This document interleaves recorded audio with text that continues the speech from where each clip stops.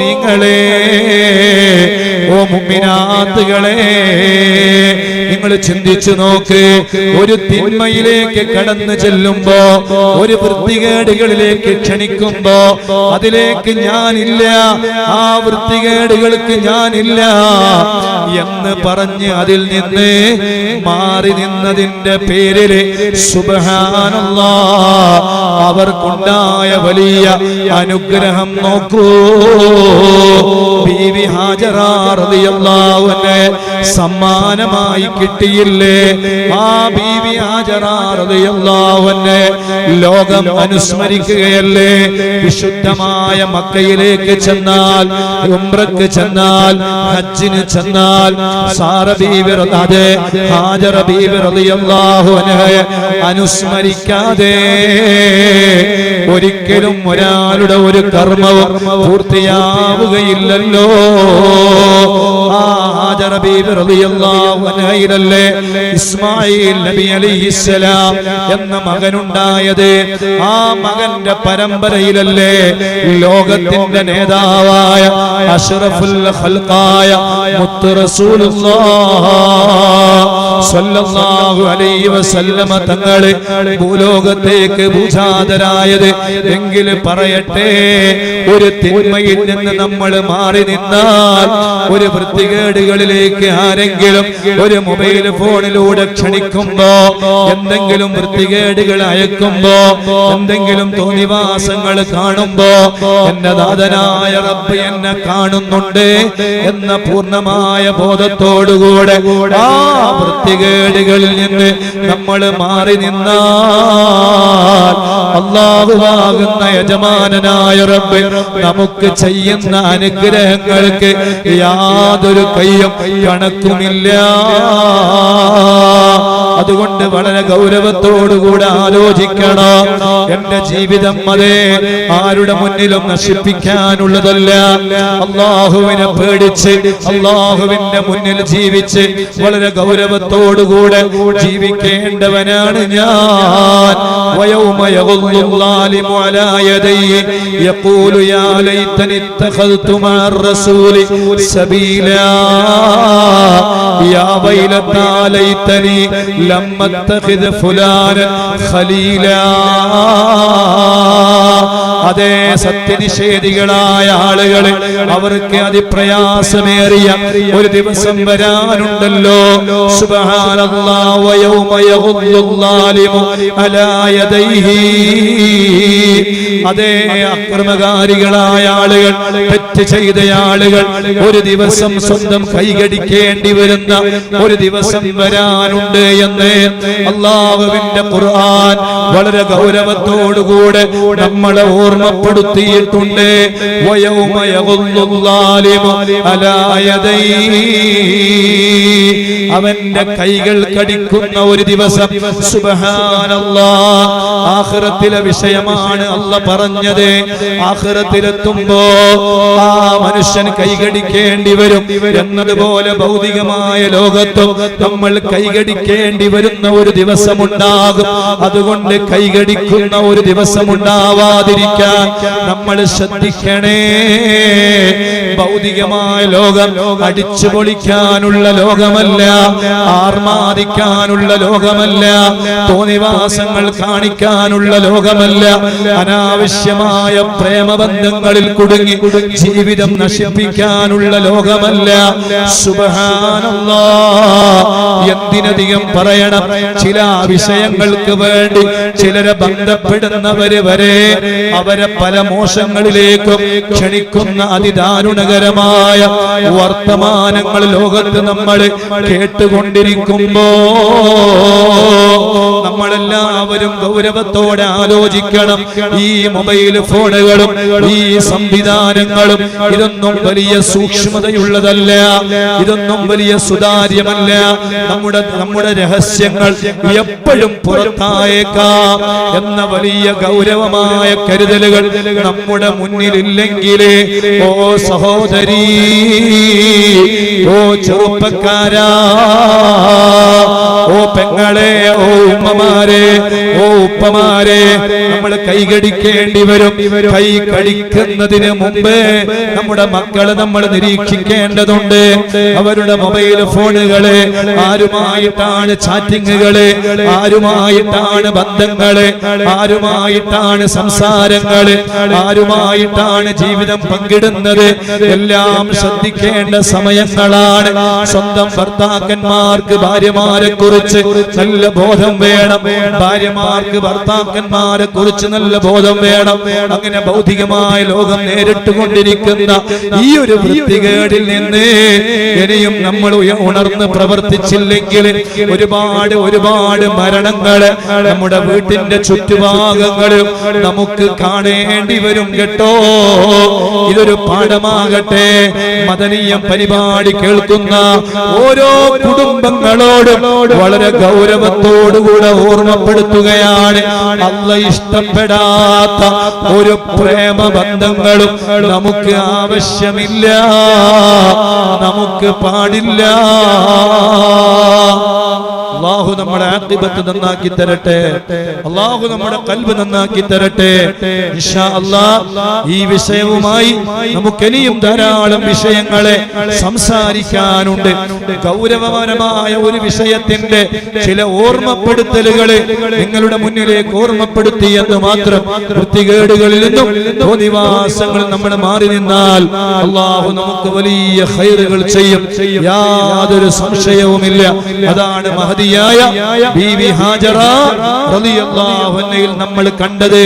മഹദിയായ ബീവി ഫാത്തിമ റളിയല്ലാഹു അൻഹയുടെ പേരിൽ നടക്കുന്ന ഒരു പരിപാടിയല്ലേ വഫാത്തിന്റെ അവസാന സമയം ഫാത്തിമ ബീവി റളിയല്ലാഹു അൻഹ വസിയത്ത് ചെയ്തത് എന്താണെന്ന് അറിയുമോ?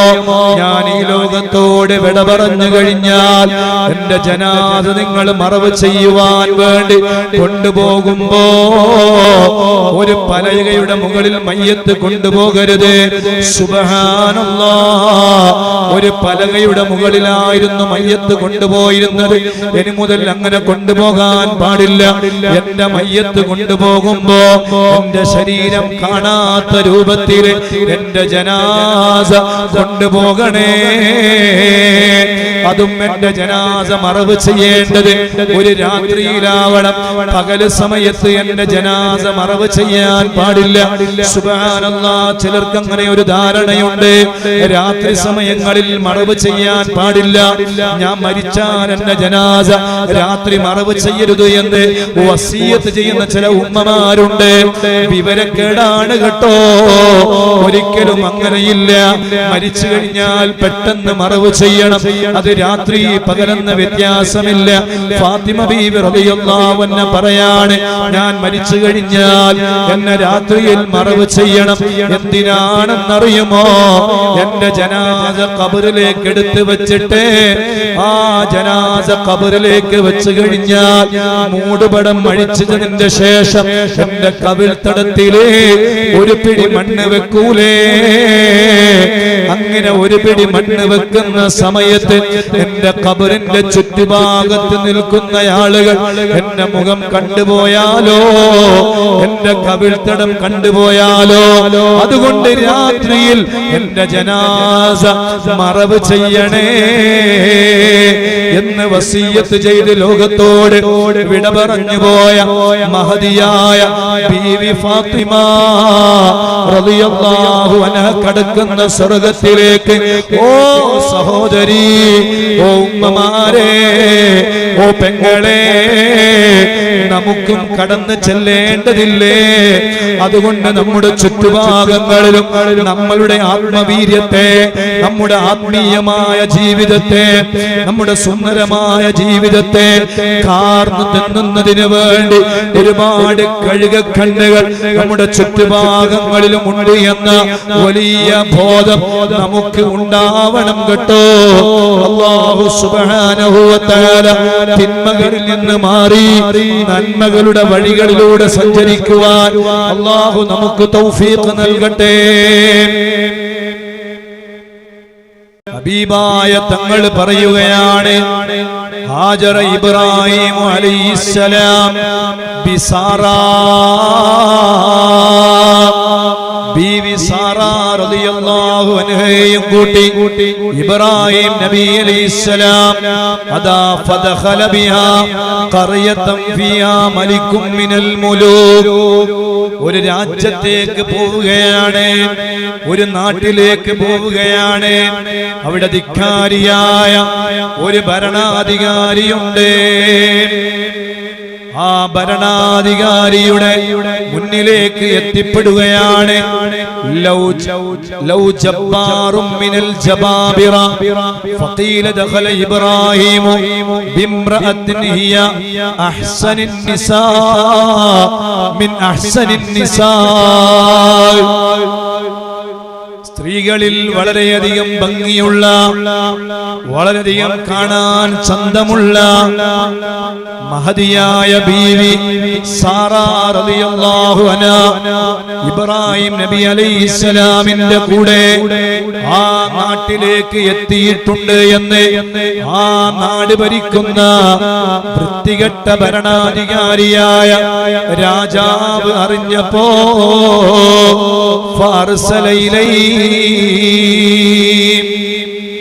ഇബ്രാഹിം നബി അലൈഹിസ്സലാമിലേക്ക് ആളുകളെ പറഞ്ഞയക്കുകയാണ്. നിങ്ങൾ നിങ്ങളുടെ ഭാര്യയെയും കൂട്ടി രാജാവിന്റെ മുന്നിലേക്ക് എത്തണോ? സുബ്ഹാനല്ലാഹ്. രാജാവിന്റെ മുന്നിലേക്ക് ചെല്ലുകയാണ്. കാണാൻ അതിസുന്ദരിയാണ് ബീവി സാറാ റളിയല്ലാഹു അൻഹാ. ആരും കണ്ടാൽ ആശിച്ചു പോകുന്ന, വളരെയധികം കാണാൻ ഭംഗിയുള്ള സൗന്ദര്യത്തിന്റെ ഉടമയായിരുന്നു ബീവി സാറാ റളിയല്ലാഹു അൻഹാ. അന്നയാ ഇബ്രാഹിം മന്ന ഹാദിഹില്ലതി മഅക. ഓ ഇബ്രാഹിം നബിയേ, നിങ്ങളുടെ കൂടെയുള്ള ഈ പെണ്ണ് ആരാണ്? ഒന്ന് പറഞ്ഞു തരുമോ? ഇബ്രാഹിം നബി അലൈഹിസ്സലാം ആ രാജാവിനോട് പറയുകയാണ്, ഉഖ്തി, എന്റെ സഹോദരിയാണ്. സുമ്മ റജഅ ഇലയ്യ ഫഖാല ലാ തുകദ്ദിബി ഹദീസി.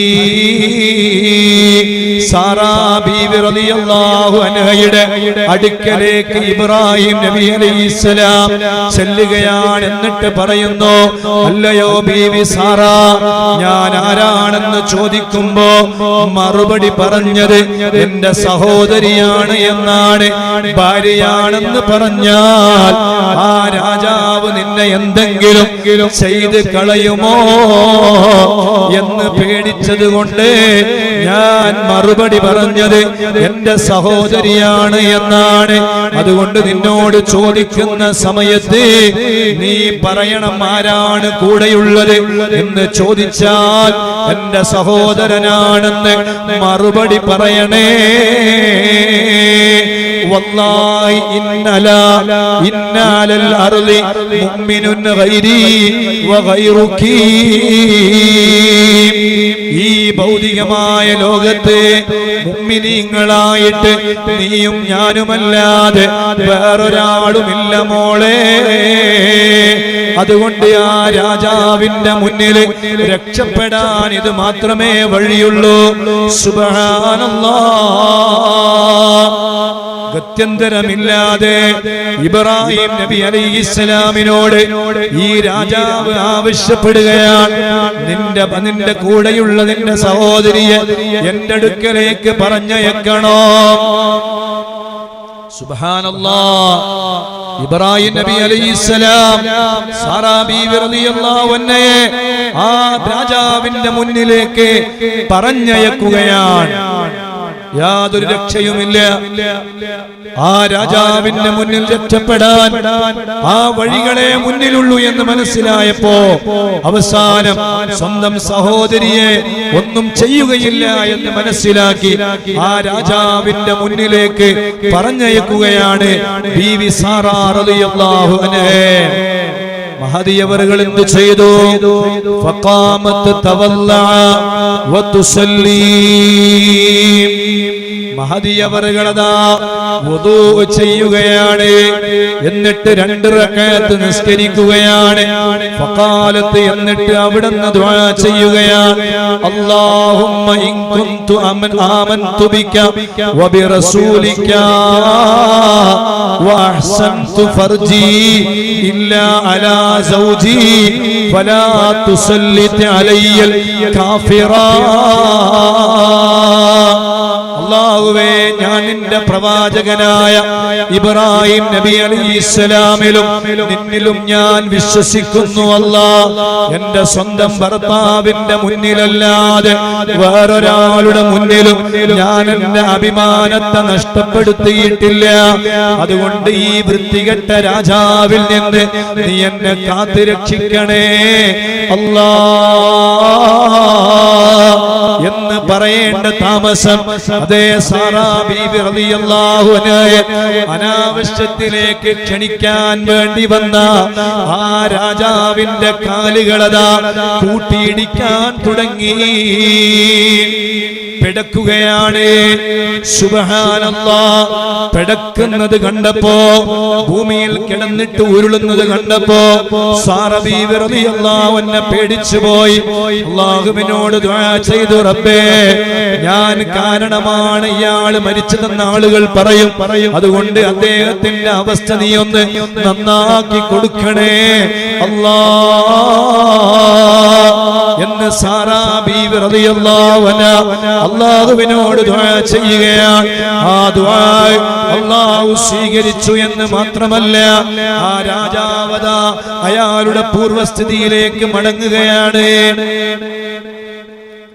പൂർവസ്ഥിതിയിലേക്ക് മടങ്ങിയപ്പോ അയാളുടെ ഞരമ്പുകള് പിന്നെയും പ്രവർത്തിക്കാൻ തുടങ്ങി. അയാൾക്ക് പിന്നെയും അദ്ദേഹത്തിന്റെ അസുഖമുണ്ടാവാൻ തുടങ്ങി. അദ്ദേഹം മഹദിയായ സാറാ ബീവി റളിയല്ലാഹു അൻഹയുടെ അടുക്കലേക്ക് വീണ്ടും അതേ അനാവശ്യത്തിന് വേണ്ടി കടന്നു ചെന്നു.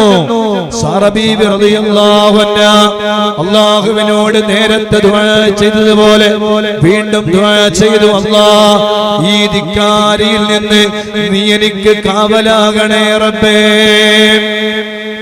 അയാളതാ കിടന്നിട്ട് പിന്നെയും പിടക്കാൻ തുടങ്ങി. സാറാ ബീവി റളിയല്ലാഹു അൻഹ പേടിച്ചു പോയി. ആളുകൾ പറയും, ഞാനാണ് ഇയാളെ കൊന്നത് എന്ന്. അതുകൊണ്ട് റബ്ബേ, ഇയാൾക്ക് പൂർവസ്ഥിതിയിലേക്ക് മടങ്ങാനുള്ള തൗഫീഖ് നീ നൽകണേ അല്ലാഹ്. അയാളതാ വീണ്ടും അയാളുടെ പഴയ അവസ്ഥയിലേക്ക് മടങ്ങുകയാണ്. സുബ്ഹാനല്ലാഹ്. 2 പ്രാവശ്യം പഠിച്ചിട്ടും അയാൾ പഠിച്ചില്ല. അങ്ങനെയല്ലേ നമ്മുടെയൊക്കെ അവസ്ഥകള്? എന്ത് വന്നാലും നമ്മൾ പഠിക്കൂല. കൊറോണ വന്നാലും പഠിക്കൂല, പ്രളയം വന്നാലും പഠിക്കൂല, ഭൂമി ഇനി ആകപ്പാടെ ഇളകി മറിഞ്ഞാലും നമ്മൾ പേടിക്കൂല. അങ്ങനെയുള്ള ഒരു ലോകമായി നമ്മൾ മാറിയില്ലേ? നമ്മളെല്ലാവരും ഗൗരവത്തോടെ ആലോചിക്കേണ്ടേ. കൊറോണ വന്ന് ഒരു ഭാഗത്ത് ആളുകൾ ഇങ്ങനെ മരിച്ചു പോവുകയാണ്. ഞാനിങ്ങനെ അനാവശ്യമായി ആളുകളുടെ മുന്നിൽ നിന്ന് കൊടുക്കേണ്ട ആളല്ല. ഞാനിങ്ങനെ അനാവശ്യമായ പ്രേമവും വൃത്തികേടുമായി എന്റെ മൊബൈൽ ഫോണിൽ അഭിരമിക്കേണ്ട ആളല്ല. ഞാൻ അല്ലാഹുവിലേക്ക് മടങ്ങേണ്ട ആളാണ്, പശ്ചാത്തപിക്കേണ്ട ആളാണ്, ദിക്ർ ചൊല്ലേണ്ട ആളാണ്, ഖുർആൻ ഓതേണ്ട ആളാണ്, ഹബീബായ തങ്ങളുടെ പേരിൽ സ്വലാത്ത് ചൊല്ലേണ്ട ആളാണ്. എനിക്കിങ്ങനെയുള്ള ബന്ധങ്ങളൊന്നും വേണ്ട എന്ന് സ്വന്തം ശരീരം കൊണ്ട് നമ്മൾ ഓരോരുത്തരും ആലോചിക്കേണ്ടതില്ലേ? പക്ഷേ അത് ആലോചിക്കാൻ കഴിയുന്നില്ല. സുബ്ഹാനല്ലാഹ്. കൊറോണ മാറുമ്പോ പിന്നെയും പഴയതിലേക്ക് തന്നെ മടങ്ങുകയാണ്. എന്താണ് നമ്മുടെ അവസ്ഥ? എത്ര വലിയ അദാബുകൾ നമ്മളിലേക്ക് ഇറങ്ങിയാലും നമ്മൾ പഠിക്കൂല എന്നാണ് നമ്മുടെ അവസ്ഥ. ഈ സാഹചര്യങ്ങളൊക്കെ കണ്ടിട്ട് മക്കളും അതുപോലെ തന്നെ ചെറുപ്പക്കാരികളും ഒരുപാട് ചെറുപ്പക്കാർ സുബ്ഹാനല്ലാഹ് മയക്കുമരുന്നിന്റെ ലോകത്താണ്. എന്നാൽ കൊറോണ വന്ന് എത്രയോ ചെറുപ്പക്കാര് മരിക്കാണ്, പലർക്കും ശ്വാസം കിട്ടുന്നില്ല. എന്റെ അവസ്ഥ എന്താകുമെന്ന് ചിന്തിക്കാൻ ഇനിയും സമയമായിട്ടില്ലേ? ഈ രാജാവിനെ പോലെ ആയി മാറിയാൽ അയാളതാ പഴയ രൂപത്തിലേക്ക് മടങ്ങിയപ്പോ അയാൾക്ക് വീണ്ടും ഞരമ്പ് രോഗം തുടങ്ങുകയാണ്. അയാൾ വീണ്ടും വന്നു സാറ ബീവിയുടെ അടുക്കലേക്ക്. എന്നിട്ട് അനാവശ്യത്തിന് വേണ്ടി ക്ഷണിക്കുകയാണ്. സാറാ ബീവി റളിയല്ലാഹു അൻഹ അല്ലാഹുവിനോട് ദുആ ചെയ്തു, അല്ലാഹുവേ നീ എനിക്ക് തുണയാവണേ അല്ലാഹ്. എന്റെ ഭർത്താവിന്റെ മുന്നിലല്ലാതെ എന്റെ ആത്മാഭിമാനത്തെ ഞാൻ വേറൊരാളുടെ മുന്നിലും നഷ്ടപ്പെടുത്തിയിട്ടില്ല അല്ലാഹ്. വേറൊരാളുടെ മുന്നിലും ഞാൻ എന്റെ ആത്മാഭിമാനത്തെ കളങ്കപ്പെടുത്തിയിട്ടില്ല അല്ലാഹ്. സുബ്ഹാനല്ലാഹ്. പ്രിയമുള്ളവരെ, നമ്മളെല്ലാവരും ഗൗരവത്തോടെ ആലോചിക്കണം. ആ സാറ ബീവി റളിയല്ലാഹു അൻഹയുടെ അടുക്കലേക്ക് അയാള് മൂന്നാമതും വന്നപ്പോ അല്ലാഹു സുബ്ഹാനഹു വ തആല ആ മനുഷ്യനിക്ക് വീണ്ടും അതാ ആ പ്രയാസങ്ങൾ കൊടുക്കുകയാണ്. സുബ്ഹാനല്ലാഹ്. കാലിട്ട് അടിക്കാൻ തുടങ്ങി. പേടിച്ച് വിറച്ചുപോയി അയാളതാ. ആ സമയത്ത് അയാള് കാലിട്ട് അടിക്കുകയാണ്. സാറ ബീവി റളിയല്ലാഹു അൻഹ അല്ലാഹുവിനോട് ദുആ ചെയ്തു പോയി, അല്ലാഹുവേ ഇദ്ദേഹം മരണപ്പെട്ടു പോയാൽ ഞാനാണ് ഇദ്ദേഹത്തെ കൊന്നതെന്ന് ആളുകൾ പറയും. അതുകൊണ്ട് ഇദ്ദേഹത്തിന് പഴയ അവസ്ഥ നീ തിരിച്ചു കൊടുക്കണേ അല്ലാഹ്. സാറ ബീവി റളിയല്ലാഹു അൻഹ ദുആ ചെയ്തു. അയാളതാ സാറ ബീവി റളിയല്ലാഹു അൻഹയുടെ അടുക്കൽ ചെന്നിട്ട്, പോയിക്കോ, ഇനി എന്റെ മുന്നിൽ നിൽക്കണ്ട. സുബ്ഹാനല്ലാഹ്.